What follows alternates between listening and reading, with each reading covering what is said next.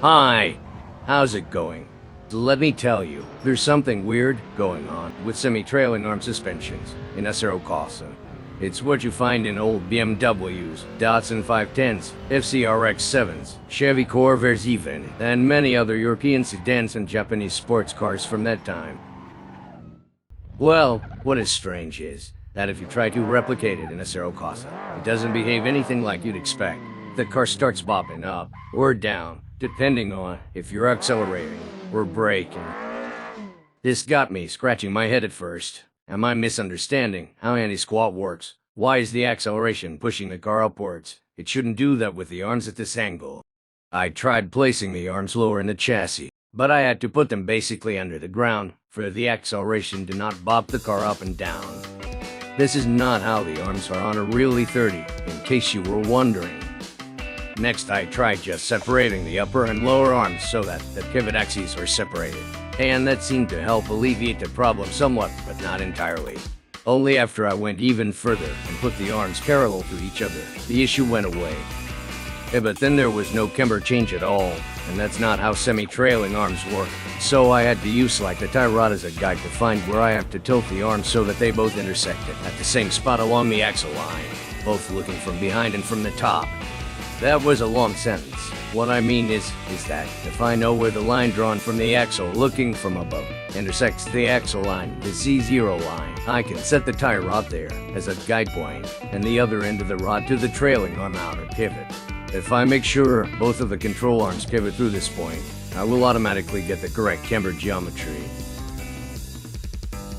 The axles on a BMW E30 are on a 15-degree angle, and measured from a reference image, the arms seem to be between 41 and 42 centimeters long.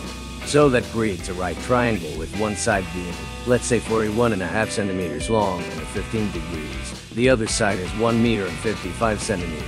So if the trailing arm is also 16 centimeters in the X direction, I'll plug in 1 meter 55 plus 16 centimeters, 1 meter 71 centimeters, as the alignment point for the tie rod end to help paint the semi-trailing arms at the same spot in the X direction. And, because of it, now the tire gains camber as it moves up, like it should. Now what is the difference to the first situation that caused the bobbing problem is that now the hub stays aligned with the body when viewed from the side. Maybe there are some empties missing from this mod, or maybe Assetto Corsa just doesn't make the distinction, but it seems that the power to the wheels is transmitted from the hubs. If this was an electric car and the engines were mounted on the trailing arms, it would be realistic, but in reality, the power is transmitted from a differential which is attached to the body.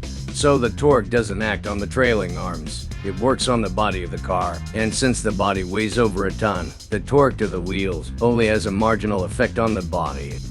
Now the linkage transmits all of the torque to the body of the car, so none of the torque from the hubs causes any checking.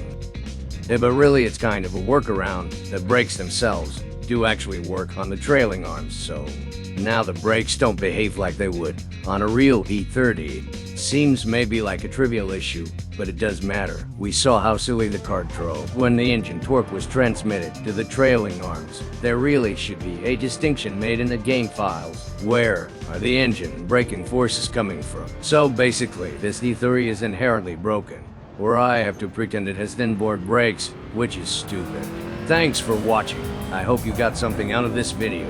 I don't know. I'm having conflicting thoughts myself, like I've discovered something that I'm not that happy about. Well, at least I understand the workings of the semi-trailing arm a bit better now. It's pretty neat how well it works for how simple it is. It's got a terrible bump steer curve, and it's got all sorts of bushing, flex, and other vice, but put together, it all works out somehow.